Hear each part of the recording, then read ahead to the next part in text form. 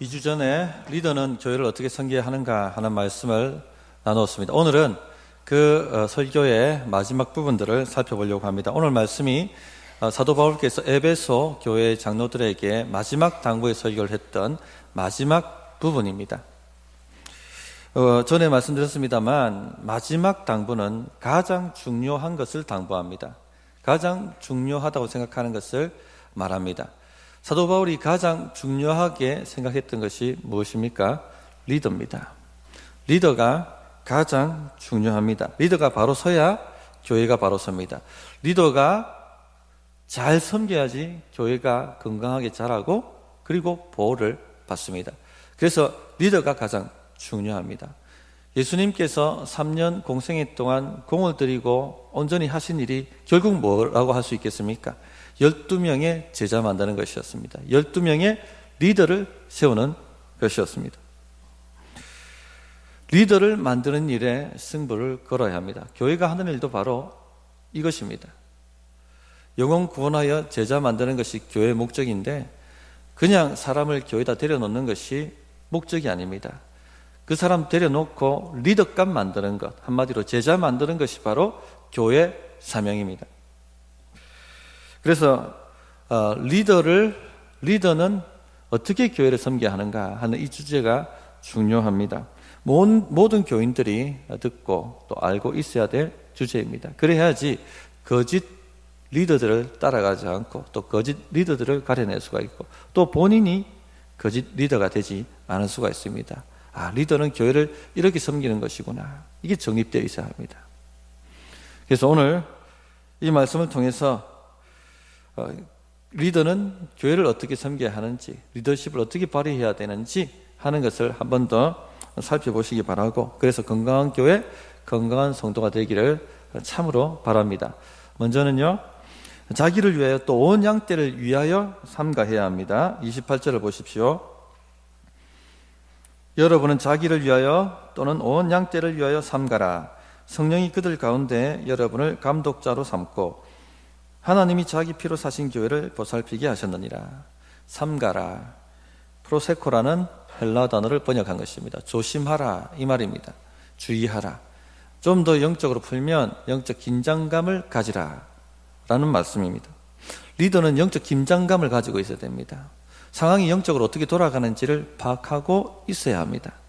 상황이 영적으로 어떻게 돌아가는지도 모르고 도대체 무슨 일이 영적으로 일어나는지도 모르고 엉뚱한 것에 관심을 쏟는다든지 정신을 팔면 자기가 무너지는 것뿐만 아니라 자기가 이끄는 공동체도 무너지게 되어 있습니다. 성경에 보면 이런 예가 굉장히 많이 나옵니다. 아브라함의 조카 롯은 곧 멸망당하는 소돔과 고모라를 택하죠. 결국 자기뿐만 아니라 자기 가족도 모든 사업을 잃고 구사일생으로 살아남게 됩니다. 에서는 또 어떻습니까? 영적 장자권이 무엇을 의미하는지 알지 못하고 팥죽 한 그릇에 영적 장자권을 팔아버립니다. 결국 구원의 역사에서 에서와 그의 가문은 어떻게 됩니까? 탈락하고 맙니다. 또 우리가 잘 알고 있는 엘리 제사장 가문은 어떻습니까? 홈리와 비나스 두 아들이 여호와의 제사를 망령되게 행하고 재물들을 함부로 탈취하고 그 원성을 들음에도 불구하고 그것이 얼마나 큰 죄인지, 하나님의 진노를 불러오는 죄인지를 영안이 어두워서 깨닫지를 못합니다. 방치하고 맙니다. 결국 어떻게 됩니까? 자신의 가문이 저주받는 것뿐만 아니라 이스라엘이 공격당하고 망하게 되는 역사를 경험하고 맙니다. 그런데 이 영적 긴장감이 해이해지는 것은요, 영적 긴장감이 충만했던 리더들에게도 일어납니다. 지속적으로 자신을 살펴야 됩니다. 우리가 잘 알고 있는 다윗 같은 경우 굉장히 사울에게 쫓길 때 광야 생활할 때는 영적으로 민감한 사람이었습니다. 그런데 사울이 죽고 통일왕국이 되고 난 다음에 그의 영적 긴장감은 완전히 해이해지고 맙니다. 언제 이런 해이가 일어나냐면은 은혜를 받고 난 이후에 풀어질 수가 있습니다. 큰 일을 성취하고 난 이후에 풀어질 수가 있습니다. 큰 기도응답을 받고 난 이후에 풀어질 수가 있습니다.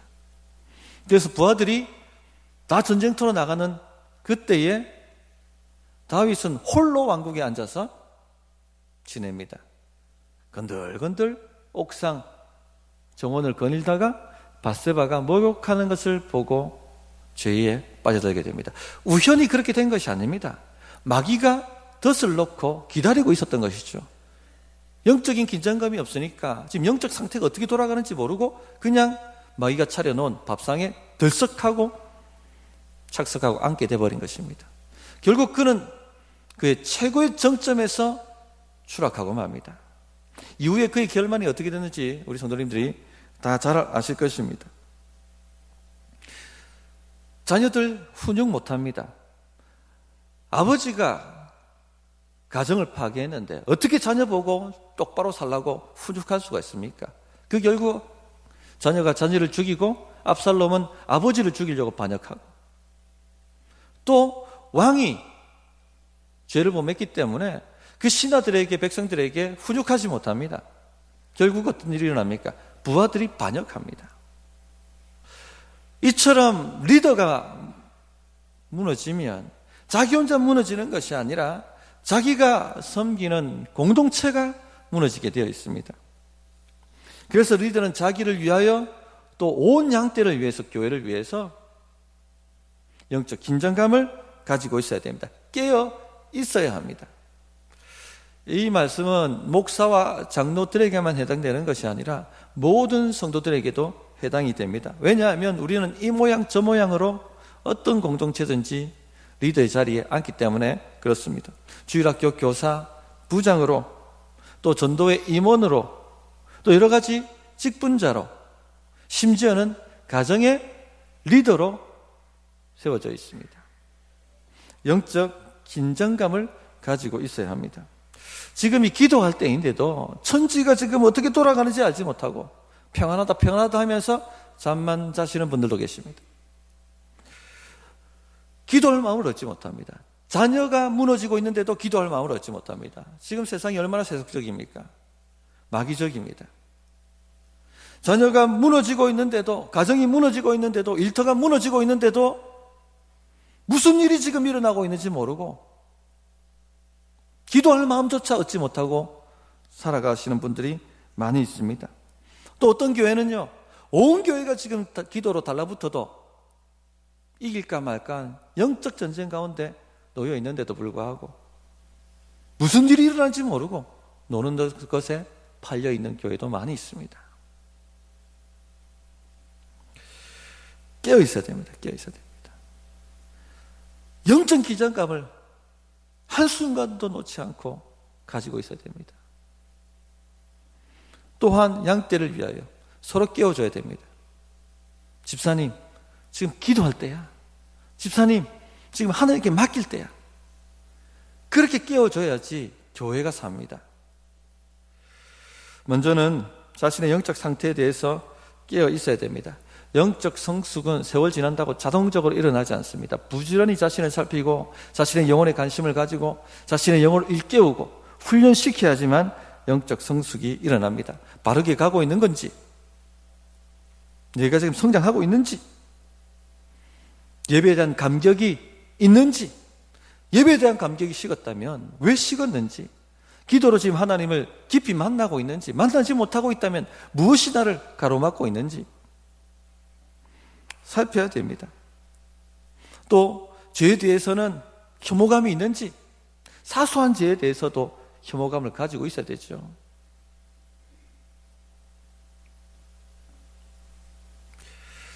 또 사람들과의 관계는 좋은지 살펴야 됩니다. 생명의 삶 할 때 신앙의 핵심이 뭐라고 말씀드렸어요? 관계입니다. 관계. 하나님과의 관계, 사람과의 관계. 온 마음을 다해 하나님 사랑하는 것, 내 몸같이 이웃을 사랑하는 것, 관계입니다. 결국 신앙이 뭐냐? 관계입니다. 그런데 사람들과 관계가 지금 안 좋다 하면 하나님과의 관계가 안 좋습니다. 붙어 있습니다. 살펴야 됩니다. 또 이 말씀에 주목하셔야 될 표현이 성령이 감독자로 삼으셨다 하는 부분입니다. 장로 직분에 대한 얘기입니다. 장로 직분은 인기 투표가 아닙니다. 그래도 이제 몇 년 후가 되든지 하면은 또 이 직분 뽑아야 되는데, 다른 직분도 다 마찬가지입니다. 인기 투표가 아닙니다. 성령이 삼으셨다. 감독자로 삼으셨다.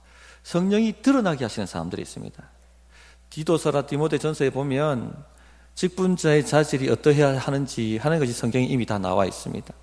앞에 말씀으로 얘기를 하면은 말씀으로 자신을 점검하고 살피는 사람, 또 관계 속에서 하나님의 성품을 드러내는 사람들이 드러나게 되어 있습니다. 성령님이 이런 사람들을 드러나게 만드십니다. 이런 사람들을 우리가 투표로 인정해 주는 거예요. 성령이 세우셨다. 인기로 투표하는 것도 아니고 전입순으로 투표하는 것도 아니고 나이 순으로 투표하는 것도 아닙니다. 성령이 드러나게 하신 사람들을 세워줘야 되는 겁니다.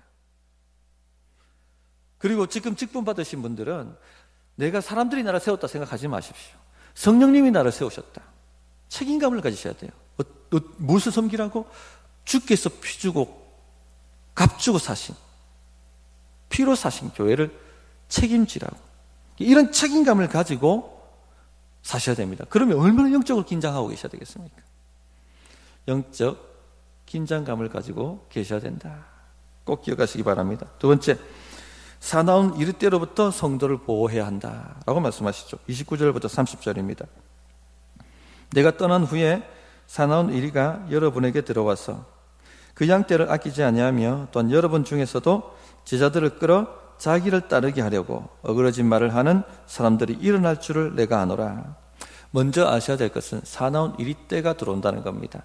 이리떼가 들어와서 양떼를 아끼지 않습니다. 망하게 만듭니다. 이 일이라는 표현은 예수님이 쓰신 표현이죠. 마태복음 7장 15절에 이렇게 말씀하셨습니다. 거짓 선지자들을 삼가라. 양의 옷을 입고 너희에게 나오나 속에는 노략질을 하는 일이라. 거짓 교사들, 거짓 목사들이 바로 일입니다. 두 방향으로 출현한다고 되어 있죠. 교회 밖에서 안으로 들어옵니다. 29절에 여러분에게 들어와서, 또 교회 안에서 일어납니다. 30절에 여러분 중에서도 제자들을 끌어 자기를 따르게 하려고. 실제 에베소 교회 장로들 가운데 이런 사람들이 일어났죠. 이단들이. 디모데 전서 1장 19절에 보면 후메네오와 알렉산더가 믿음에서 파선하였다 하고 바울이 말씀을 합니다. 밖으로는 이들은 아주 경건해 보이고 능력이 있어 보입니다. 선해 보입니다. 그러나 안으로는 노략질하는 일입니다. 그들은 어그러진 말을 합니다. 진리를 살짝 비틀입니다. 또 누구를 따르게 만듭니까? 예수님을 따라가게 만들지 않습니다. 자기를 추종하게 만듭니다. 교회 안에, 한국 교회 안에 이와 같은 이리떼들이 많이 일어났습니다. 신앙촌 박태선 알죠? 창동교회 장로였습니다. 그 1950년대 자료를 한번 찾아보니까 연 500만 명이 이 사람 집회에 몰려들었다고 합니다.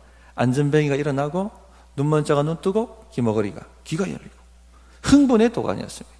수많은 사람들이 몰려왔습니다. 겉으로는 능력 있고 경건해 보이고 하나님이 쓰시는 종 같고, 근데 속에는 노력하는 일이었죠. 결국 어떻게 나타납니까? 자기가 하나님이라고 칭하고 천부교를 만듭니다. 신천지도 마찬가지죠. 이만희 박태선 밑에 있었던 사람입니다. 겉으로는 선하게 보이고, 야, 이렇게 좋은 사람 있나, 경건한 사람 있나 하고 믿고 들어갑니다. 그런데요, 속에는 이릅니다. 어그러진 말을 합니다. 진리를 살짝 비틀입니다. 진리를 살짝 비틀면 맛이 있어요. 재미가 있습니다. 욕망을 자극하기 때문에 쏙 하고 들어갑니다. 우리가 의심 가지고 있는 것을 해결해 주기 때문에 쏙 하고 빠져들게 되어 있습니다. 이런 건 너희 목사님이 안 가르쳐 주지, 기존 교회는 알지 못한다. 그러면서 비유풀이로 들어갑니다. 성경 구절 이 구절 붙여다가 딱딱 들어맞춥니다.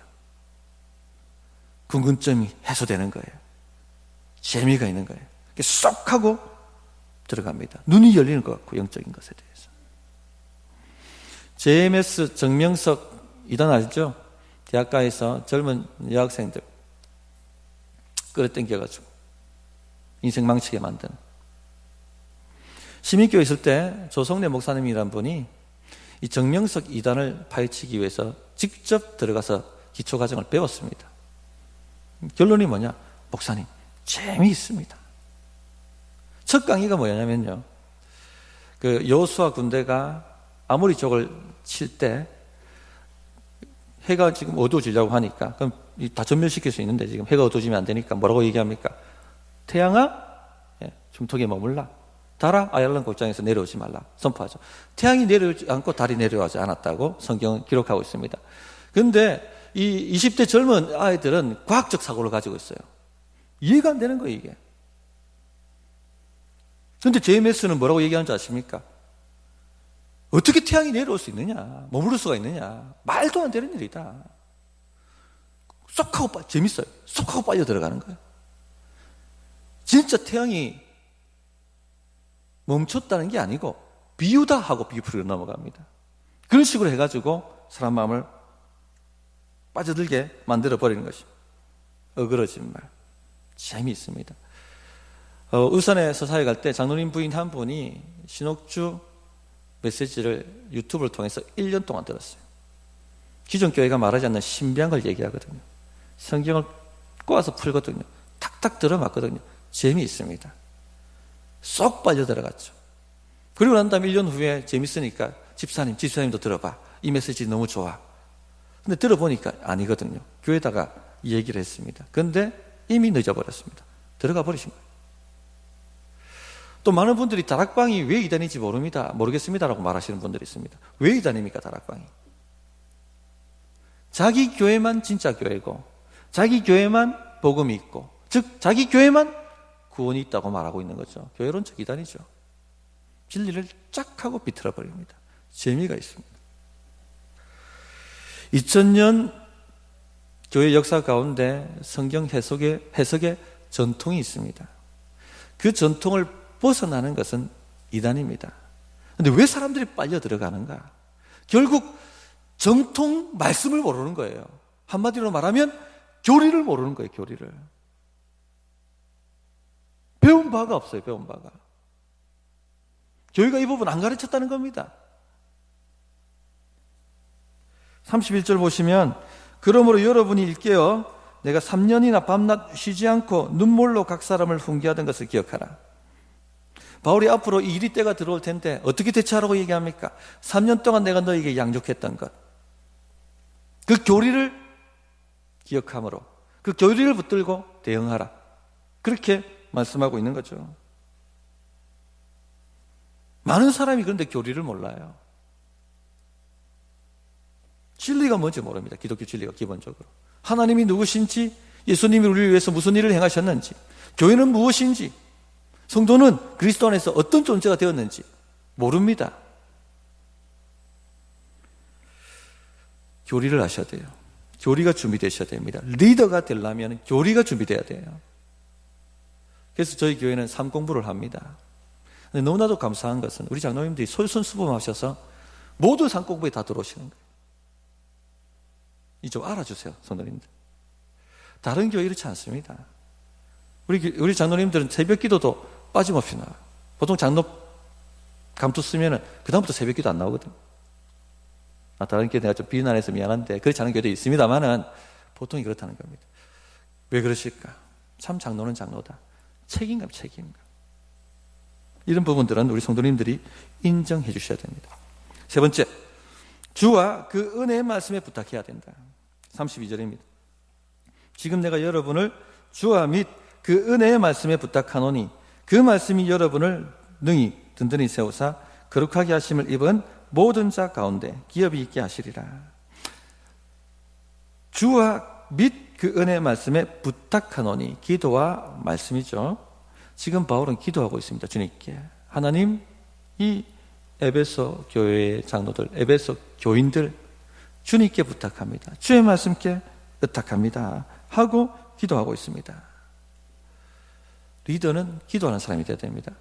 목사는요, 사람 못 바꿉니다. 저는 여러분들이 원하는 그 일을 못합니다. 누가 하십니까? 하나님이 하세요. 목사는 뭐합니까? 부탁하는 사람이 부탁하죠. 하나님, 주님께 부탁합니다. 주의 말씀에 부탁합니다. 교회 리더들도 마찬가지입니다. 목자들, 목장 식구들의 여러 가지 어려운 문제들, 기도 시간에 삶 나눔할 때 나눌 때 해결 못 해주죠. 해결 못 해줍니다. 누가 해결하십니까? 하나님이 해결하세요. 그럼 목자는 뭐 하는 사람입니까? 부탁하는 사람이에요. 주와 그 은혜 말씀께 주님 내가 부탁합니다. 의탁합니다. 그렇게 그러니까 리더는 기도하는 사람이 돼야 되는 겁니다. 기도하지 않는 사람은 리더의 자리에 앉을 수가 없어요. 부모들도 마찬가지죠.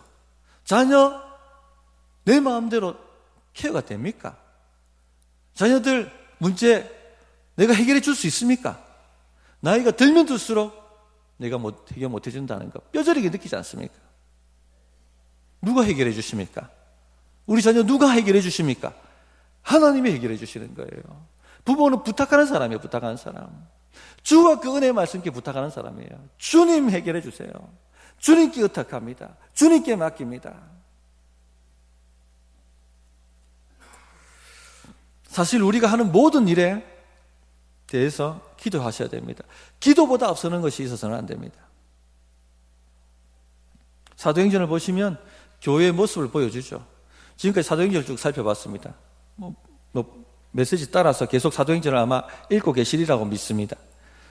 교회의 모습이 어떤 모습입니까? 단순하게 얘기하면 모여서 뭐합니까? 말씀 배우고 밤이 맞도록 또 말씀 배우고 뭐합니까? 기도하고. 간단해요.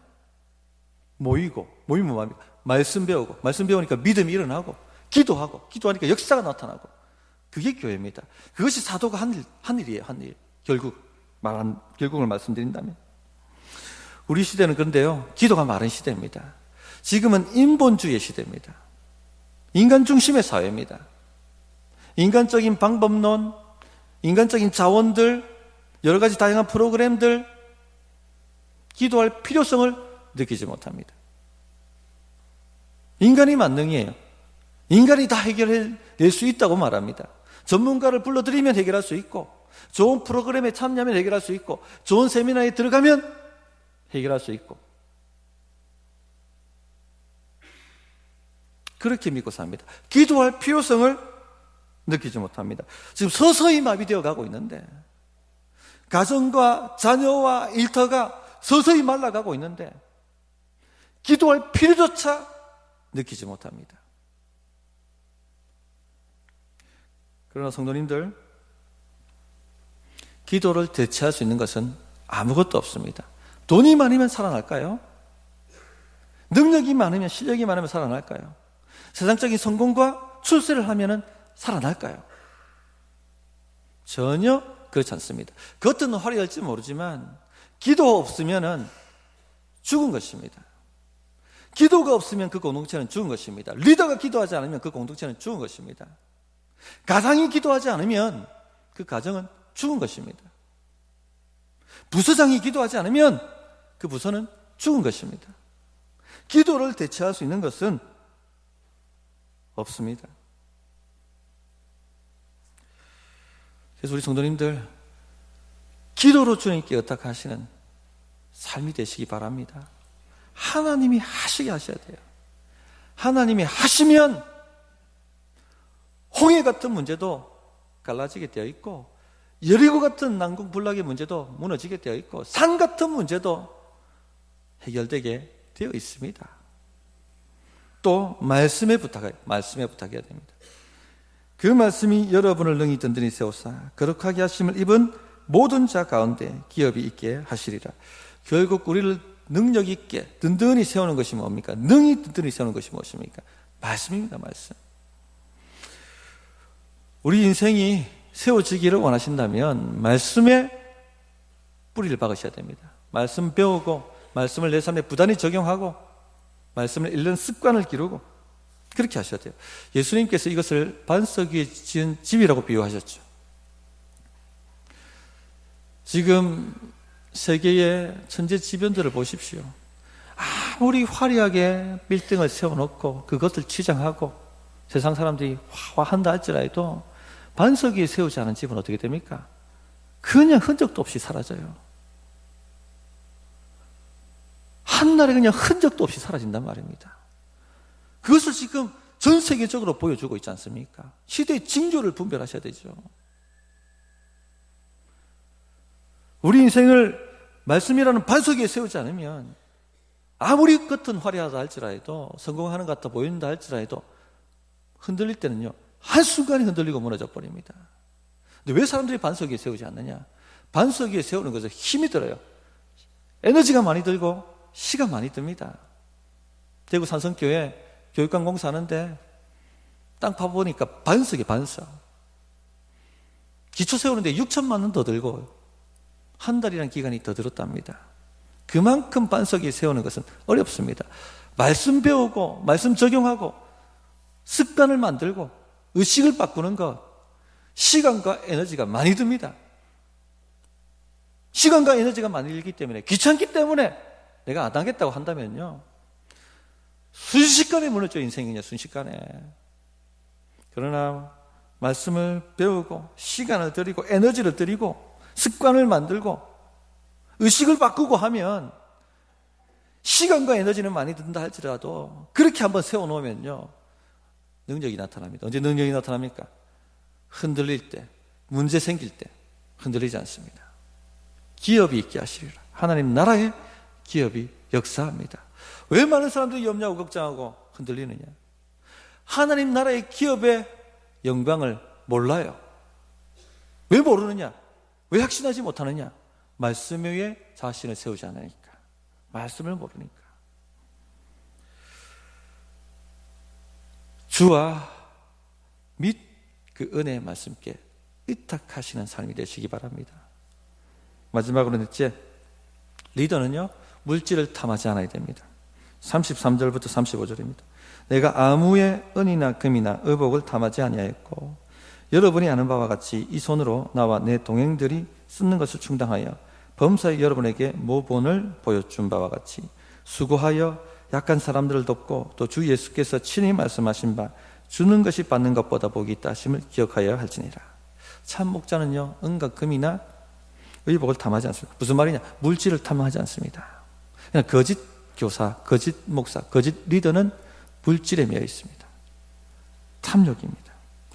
바울은 탐욕은커녕 마땅히 사역자가 받을 사례도 받지 않고 본인 스스로서 자비랑 일해서 자기의 동료들과 또 교회를 섬겼습니다. 왜 그렇게 섬겼느냐? 예나 지금이나 돈 문제에 민감해요. 바울의 대적자들은 바울은 돈 밝히는 사람이라고 욕했습니다. 에베소 교인들도 그렇게 본 거예요. 그래서 살해받지 않았습니다. 자신이 일해서 교회 헌금하고 동역자들 생활비 충당하고. 왜 그렇게 했느냐? 본을 보이기 위해서. 이처럼 섬겨야 된다. 리더는 이처럼 섬겨야 된다. 한마디로 리더는 교회 헌금할 줄 아셔야 돼요. 직분자 우리가 뽑을 때에 후보를 뽑을 때 자질을 가리지 않습니까? 그 자질을 가리는 것 중에 성도들이 기본적으로 해야 될 의무 두 가지를 살핍니다. 주일 성수하고 있느냐, 헌금 생활하고 있느냐.